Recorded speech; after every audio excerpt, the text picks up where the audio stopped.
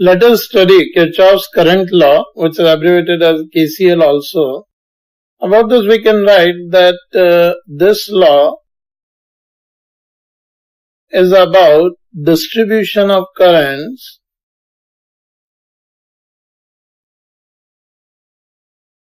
at a junction in the circuit, because we know well that overall charge in a system is always conserved. So there is a junction, and in this junction we can say at one side there is a wire which is connected to three other wires, and say a current I1 is coming onto the junction J. From this point the current is divided in three wires as I2, I3 and I4. Now in this situation we can state that as the total charge of the system is conserved, this I1 is divided in the three. So what amount of charge is flowing from this wire per unit time? The same is divided among these three wires. So we can write by conservation of charge I1 is equals to I2 plus I3 plus I4. Or we can also write it like I2 plus I3 plus I4 minus I1 is equals to 0. This equation states that at any junction the total sum of outgoing current in all the branches connected to the junction is equal to 0. It is basically just an alternative equation we have written for conservation of charge, and this is written as the equation of Kirchoff's current law. We can say that this Kirchoff's current law is nothing. It says that at a junction of a circuit, total sum of all outgoing currents in all branches at that junction is 0. The same we can write the total sum of all incoming currents in all branches at that junction is 0. That can also be written, that will be I1 minus I2 minus I3 minus I4 will be equal to 0. So we can write summation of II from I equals to 1 to n if there are n branches coming at a particular junction. Then the total current at the particular junction, if it is outgoing, then the sum of all these current will be 0. This is the equation for Kirchoff's current law, and this is the statement for Kirchoff's current law. Let's discuss an application of KCL, or basically here we are going to understand how we apply Kirchoff's current law in a given circuit.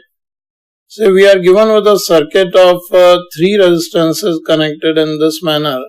Say the resistances are 3 ohm, 6 ohm and 4 ohm, and across the resistances a battery of 20 volt is connected. Now here you can see, if we are required to find the current in different resistances, then we apply Kirchoff's current law in this case, in which first we need to distribute the potential at various points of the circuit. Like if this battery is of 20 volt EMF, then we can consider on the negative side the potential is 0 volt, then with respect to this on the positive side potential will be 20 volt. Now on this section of the circuit potential will be 0, on this section it will be 20. This is a junction where we consider the potential is X. If we know the value of potential X, we can directly calculate by using Ohm's law the current in all resistances. So here we can see, using Kirchoff's current law for junction with potential X. In this situation you can see from the battery a current I1 flows from the 4 ohm resistance, and finally a current I2 and I3 will be splitted from I1, and finally again the I1 current is combined. Now in this situation at the junction X, if we use Kirchoff's current law, we can write sum of outgoing current is I2 plus I3 minus I1. So here we can write it as I2 plus I3 plus minus I1 is equal to 0. These three are the outgoing currents from the junction X, and the sum of these currents must be 0. Now here potential we know it is 0, here it is X. So current through 3 ohm resistance can be written as potential difference upon resistance. So that will be X minus 0 by 3. So I2 we can write as X minus 0 by 3, plus similarly I3 current can be written as X minus 0 by 6, plus minus I1 is the current which is going out from junction X to the potential of 20 volts. So this current which is going out can be written as X minus 20 by 4. This should be equal to 0. However, we could also write here I1 is equals to 20 minus X by 4, but in that case there will be a negative sign, which is one and same. Now in this situation we can take the LCM here to be equals to 12, and we just write the numerator of summation. This can be written as 4x plus 2x plus 3x minus 60 is equal to 0. Further simplifying, we are getting 4 plus 3, 7 plus 2, 9x is equals to 60. Then x will be 60 by 9. That can be written as 20 by 3 volt. So the potential at the junction where we have taken it the potential X, it is equal to 20 by 3 volt. So now if we know the potential at this point, we can calculate all currents. Like current I2 we can write as X by 3. So it will be 20 by 3 divided by 3, that will be 20 by 9 ampere. If we calculate the current in 6 ohm resistance, it will be X upon 6. That will be 20 by 3 upon 6. This is 20 by 18.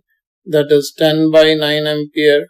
Similarly, we calculate I1. This actually I1 is flowing from 20 volt to X volt. So it will be 20 minus X by 4. If we substitute the value of X to be 20 by 3, then 20 minus 20 by 3 will be 40 by 3. So this will be 10 by 3 ampere. These are the currents flowing in the branches, as well as if we know the potential X from any two terminals of the circuit, we can directly get the potential difference, as we know the potential at all points of the circuit. So this is the way how we apply Kirchoff's current law in a circuit. At any junction, if we don't know the potential, we write the KCL equation. This is the KCL equation for the junction where the potential is unknown. We solve it and get the value of potential at the junction where it is not directly known.